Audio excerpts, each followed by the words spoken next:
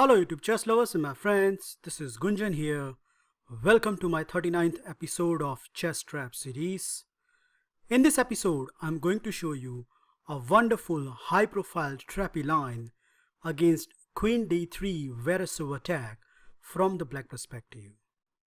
The opening arises after the following move order: d4, knight to f6, knight to c3.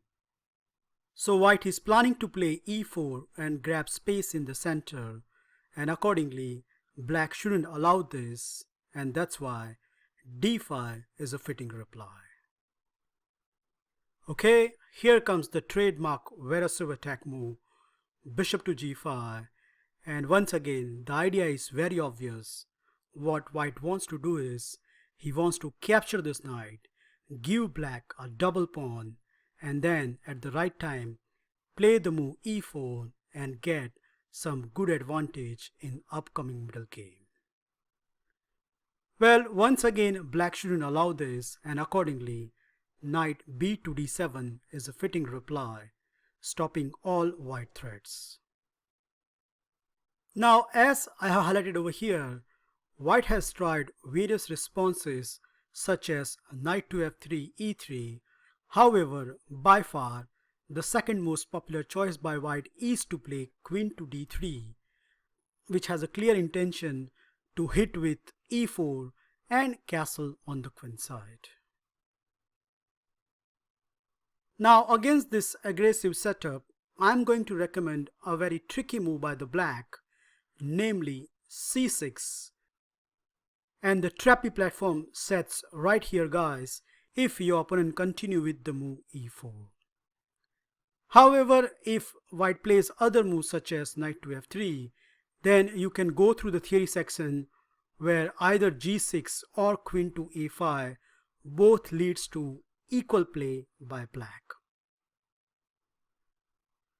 Let's see what is wrong with this obvious choice e4, which in fact, as per the database, played in more than 170 games, which I am afraid not a good choice for the white camp.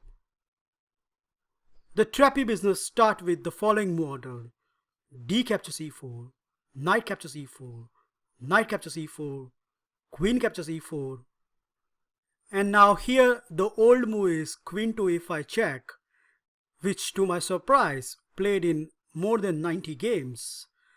However, modern engine and theory suggest that after queen to b6, white is having some huge problems in this line. Believe it or not, but the only move in this position is bishop to c1, which I don't think so any of your opponent will consider. And anyways, if white has to take this bishop out first and then put it back, then black will obviously gain advantage in the opening.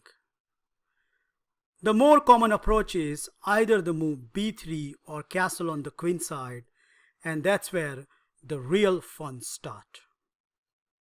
Let's see each by turn and find out how quickly black get upper hand in the opening. The first move I want to consider is castle on the queen side, which is in fact played in 10 games. However, this is a big time mistake, guys, as black has this lethal reply. Yup, queen to a5, attacking two soft spots, and suddenly in a huge trouble. Well, all the game in the database continue with d5, which is in fact the only logical choice. After queen captures a2, black has won a pawn on just 9th move of the game, and no matter however white plays, this pawn loss hasn't been justified. For example, the first move I want to consider is d captures c6, which looks very obvious. And after the forced reply, b captures c6 and queen captures c6, at first sight this position looks too good for the white, but after just one move, rook to b8, and suddenly it is now black who is in the driving seat. Nope, white cannot play the move b3, The simple reason is after queen check, king to d2 and queen to a5 check, white lost the piece just within the opening stage, so that's not possible. And the only move in this position which saves the b2 pawn is queen to c3. But after that, the task is very easy. First queen check, and after king to d2 and the move queen captures b2, at the end of whole transaction, not only white has a misplaced king, but black emerged with a clear pass pawn on the a file, and with some careful play, this is definitely a huge advantage to the black camp. Probably the most critical move in this position is bishop to c4, which develop a piece as well as attacking the queen. But still, this is not enough, as after queen check, king to d2, queen to a5 check, it doesn't matter whatever white plays. For example, the best move suggestion here is king to e2. Afterwards, remember this saving resource, knight to b6, attacking 2 spot, and now again however white plays, he get bad position from the opening.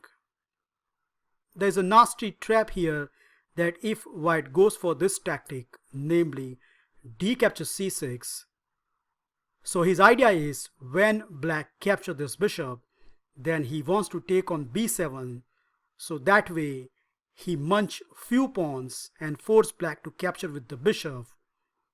But in fact, after queen captures b7, just one move, queen to g4 check, and it turned out that it is white who has miscalculated the whole variation.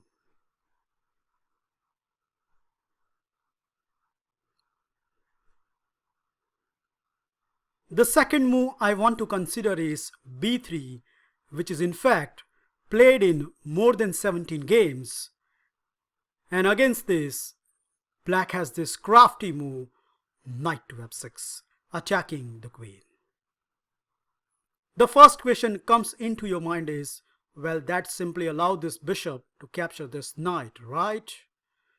Well, yup, white can do that, except there's a huge problem that after this queen check, white is forced to move his king, and then we will take with the g-pawn, so that white king can completely caught at the center of the board. So bishop captures f6 is right out of the equation.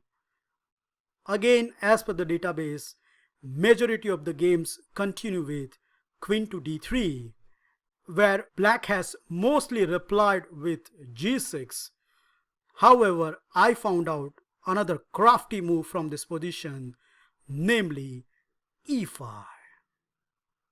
Well, white has various choices as I have highlighted over here, but if you check in engine, it will say that against each of this, it is black who is having a slight advantage. However, the move which white shouldn't play and looks very natural, d captures e5, run into some nice tactic.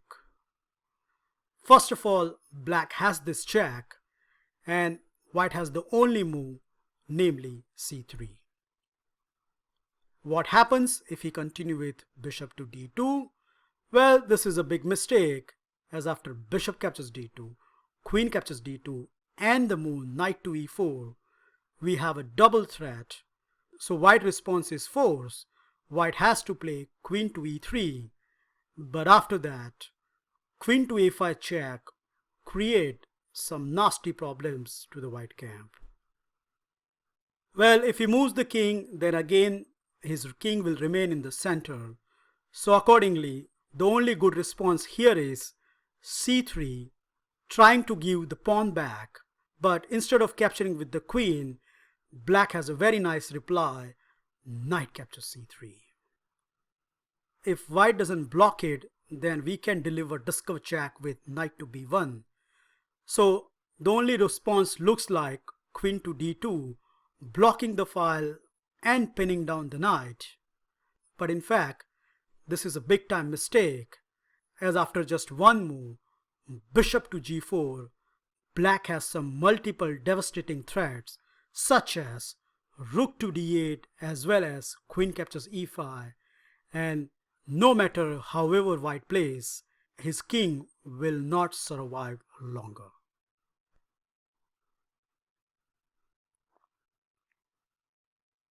Finally, let's check what is happening after the move c3, and this is what I like about this variation.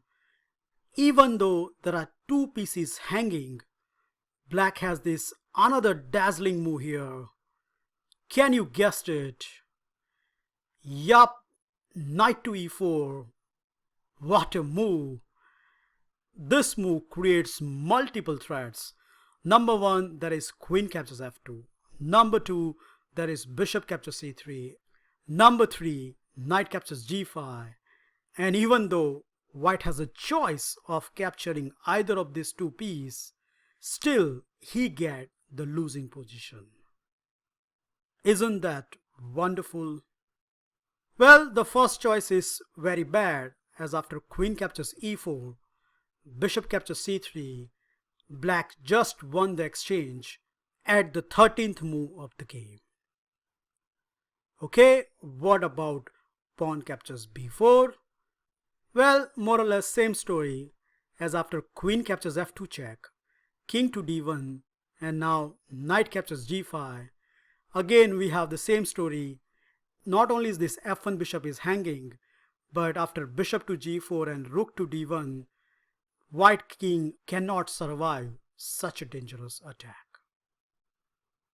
Last but not least, here the best response for the white is to play bishop to e3, counter-attacking the black queen.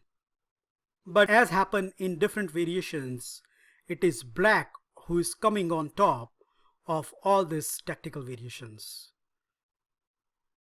The forcing line start with bishop captures c3. So if the king moves, then queen to a5 is a very strong reply. So white queen has to take this bishop, and after knight captures c3, bishop captures b6, a captures b6. At the end of the sequence, there is a pressure on a2, and the only way to resolve this pressure is to play a4. But after that, bishop to e6. Again, black is munching the pawn just within the opening stage. Well, the chess engine suggests that white should give up the pawn and play the move king to d2. However, this is not enough, as after knight to e4 check, king to e3, and now the star move, knight to c5, and by force, black is winning the pawn on a broad daylight. And end result can show that not only white king is misplaced, but the leading development as well as extra pawn gives black a huge advantage.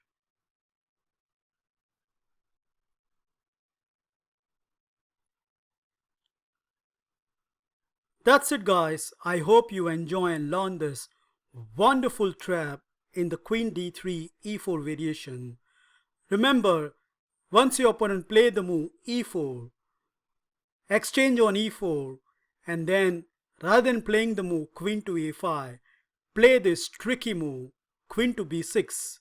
And after this, when white plays some of the natural responses such as b3 or castle on the queen side, then disaster is awaiting for him.